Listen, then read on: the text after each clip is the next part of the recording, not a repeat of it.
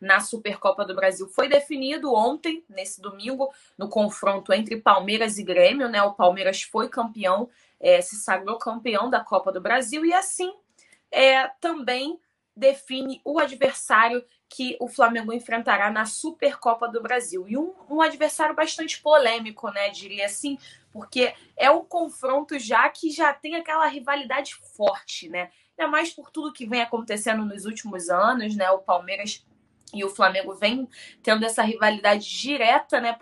Eu acho que essa rivalidade entre Palmeiras e Flamengo tá até mais forte do que as próprias rivalidades cariocas, né? Não sei se vocês concordam também comigo, mas eu acho que essa rivalidade entre Palmeiras e Flamengo tá mais forte até do que um clássico Flamengo e Vasco, né? É porque, assim, sem querer menosprezar nenhum time, né? Mas os times cariocas, eles não acompanharam o Flamengo nesse crescimento, né, técnico e de organização, eles não acompanharam, né? Quem conseguiu chegar o mais próximo foi o Fluminense, mas assim, próximo, vírgula, entre aspas, só não está com a mesma distância, o mesmo abismo que está para o Botafogo e o Vasco. Então acaba que a gente não tem mais tanto essa rivalidade local. Tem, claro, de passado, de brincadeiras e tal, mas no campo, na bola mesmo, nosso rival hoje é Palmeiras, não tem jeito, porque são os dois times que vêm ganhando títulos, né? Nós fomos campeões de tudo em 2019, ganhamos Libertadores, Brasileirão, Supercopa, Recopa.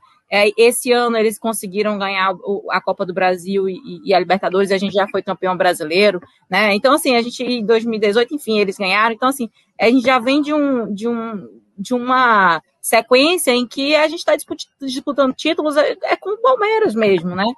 Vai ser um jogão. Hoje, assim, os dois times, os dois grandes clubes no Brasil para disputar título é Flamengo e Palmeiras. Me perdoem os outros, né? É claro que você tem o Atlético Mineiro correndo por fora, que está se organizando, está se estruturando, tem um Grêmio que de vez em quando que está chegando, mas assim, quem tem ganhado títulos de expressão são Flamengo e Palmeiras, não tem jeito. Então vai ser uma disputa interessante, a gente brinca, porque eles não conseguem ganhar da gente até agora, tomara que continue assim. Então, né, tomara que eles continuem nossos fregueses, eles têm disputado os títulos, mas no campo mesmo, no jogo, a gente tem ganhado a maioria, então espero que continue assim, mas eu já estou nervosa desde agora. Promete ser um jogão. O jogo do Flamengo é de muita posse de bola, de querer propor o jogo. Já o Palmeiras sabe jogar no contra-ataque, sabe jogar dando a bola para o adversário. Então, isso vai ser um desafio grande para o Flamengo, né? Vai ser um encaixe daquele time que gosta de jogar, de propor, de ter a bola, com o time que gosta de jogar no contra-ataque. Vamos ver como é que vai ser isso. Eu acho que vai dar melhor para a gente, se Deus quiser. Mas vai ser interessante. Vai ser um duelo que eu já estou nervosa de agora.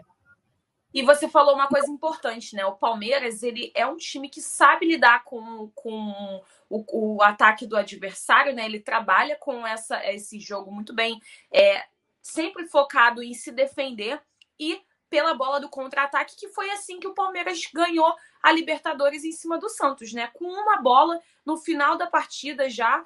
Então, realmente, o Flamengo vem com uma proposta muito diferente do jogo do Palmeiras e eu acho que vai ser interessantíssimo esse confronto. Larissa, sobre ainda o tema da Supercopa do Brasil, o que você acha desse confronto entre Palmeiras e Flamengo, tendo em vista que a rivalidade só aumenta, né? A cada ano que passa, essa rivalidade só aumenta e cresceu mais do que a rivalidade dos cariocas, né? Com certeza, eu acho que a Simone foi perfeita na sua colocação quando ela falou da questão da rivalidade local, né? Por mais que os torcedores do Vasco, Fluminense e Botafogo fiquem chateados com essas falas nossas, achando que a gente está soberbo, etc., mas a verdade é que o único time que investiu e está disputando títulos no Rio de Janeiro é o Flamengo. Isso é fato. Então, acaba que até os jogos no Rio de Janeiro, contra eles, não tem tanta emoção quanto tem com os times de fora agora. Como vocês falaram, o Palmeiras e o Flamengo no Brasil, né, na última temporada aí, foram os times que mais investiram, né, tanto em questão de estrutura, questão de jogadores, então eles fizeram um investimento alto, justo, né, porque assim, ambos tiveram um retorno com os títulos nessas últimas 2 temporadas, mas eu particularmente, posso estar sendo prepotente até, mas é uma opinião minha, claro, não acho que o Palmeiras é esse grande adversário que vai nos dar essa preocupação toda, né, nesse jogo da Supercopa do Brasil, que, se não me engano, é de 11 de abril, né? Então, assim, Então, assim, não acho que é um adversário que vai me preocupar demais, porque, assim, por mais que ele apresente um futebol assim com contra-ataques, tem jogadores perigosos, principalmente ali no sistema ofensivo, mas o Palmeiras, pelo que eu tenho acompanhado em alguns jogos, é um time muito limitado, né? E não tem tanta criatividade. E assim, no papel, claro, o Flamengo tem muito mais técnico que o Palmeiras, mas no campo é 11 contra 11, né? Então, eu confio, desde aquela vitória que o Flamengo jogou bem, né, que ganhou de 2-0 aqui em Brasília, eu confio que novamente aconteça o mesmo placar, ou até mais, né? Uma goleada assim numa final é mais gostoso ainda. E acho que se o Flamengo jogar a sério, o futebol que sabe, os jogadores assumirem a responsabilidade, o Flamengo leva aí esse bi, né, da Supercopa. A gente falar de futebol, eu tive que passar minha noite respondendo pessoas que estavam falando que esse Palmeiras 2020 bate pro Flamengo 2019. Eu não consigo ouvir essas atrocidades e não responder, então eu tive que responder. Cara, esse time do Palmeiras, para esse time do Palmeiras 2020, a gente dá a nossa base. O nosso Sub-20 conseguiu empatar com eles lá em São Paulo. O nosso Sub-20 empatou com esse Palmeiras aí. É outro patamar. Parabéns para eles, bicho. É difícil ser campeão da Copa do Brasil, é difícil ser campeão da Libertadores. Eles foram campeões, tiveram os méritos deles, os sorteios. Aí eles deram sorte de pegar adversário mais fraco. Não importa. O que importa é quem ganha. E o Palmeiras ganhou. Então, todo o respeito a quem ganha, só não vem dizer que é a mesma coisa. Não é, bichão. Não tem mais, não chega nem perto. Vocês nem inseram as chuteiras do Flamengo de 2019. Vocês não inseram a chuteira do Flamengo de 2020, que foi bem pior do que o de 2019. Então, não metam essa. No Flamengo e Palmeiras, na final da Supercopa do Brasil, os dois times jogando a 100%, o Flamengo ganha, como ganhou todos os últimos jogos do Palmeiras. Todos os últimos. Se o Flamengo jogar a 100%, não tem para eles. Agora, claro, subiu no salto alto, não jogou sério, o Palmeiras vai lá e pode ganhar sim. Isso acontece, é do futebol. No normal, chances... Talvez um pouco talvez seja questão de experiência, ou ainda está conhecendo mais a questão do Flamengo, do elenco.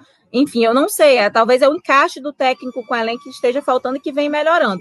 Mas, de fato, o plano B, assim, durante o jogo, eu sinto esse problema. Assim, eu sinto essa dificuldade dele, de quando a gente leva um gol, a equipe cai um pouco, ou então no segundo tempo, quando tem um problema de físico, aí sair daquilo ali, ou quando a equipe adversária monta um esquema muito fechado atrás, ele tem dificuldade de abrir, né, de se movimentar para abrir, enfim, essa questão durante o jogo, né, da estratégia durante o jogo, que isso eu até acho que ele melhorou, tá? Eu acho que dos últimos jogos eu vi uma melhora. Então, espero que ele continue assim, que nessa continuidade ele melhore. Mas ainda eu acho, um ponto negativo do Rogério Ceni.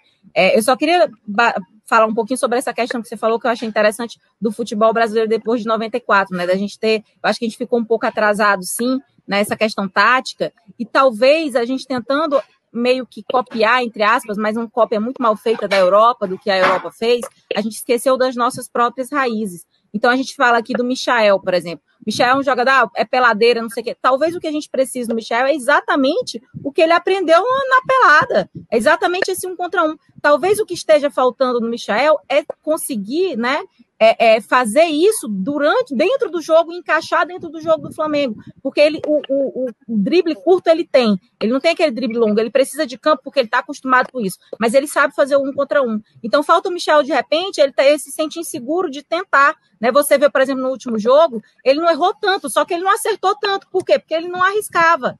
E ele estava com medo de arriscar. Então, talvez a gente esteja até podando um pouco os nossos talentos individuais, tornando um negócio muito industrializado, muito igual. O jogador sai da base, todo mundo igual, porque a gente está meio que imitando. Só que a gente não tem o melhor deles, que é aquela estratégia tática, e a gente está perdendo o que é melhor nosso, que é a técnica, que é o jogador habilidoso, individual. Então, acho que a gente tem que conciliar as duas coisas. A gente não pode transformar os nossos jogadores naquela coisa assim engessada, né? Mas a gente também tem que aprender com a Europa. Gente, eu acho que o Rogério... Vamos analisar a situação como um todo. Todo mundo pede fora Ceni. Beleza. Bom, vamos supor que o Rogério vai embora. Vai trazer quem?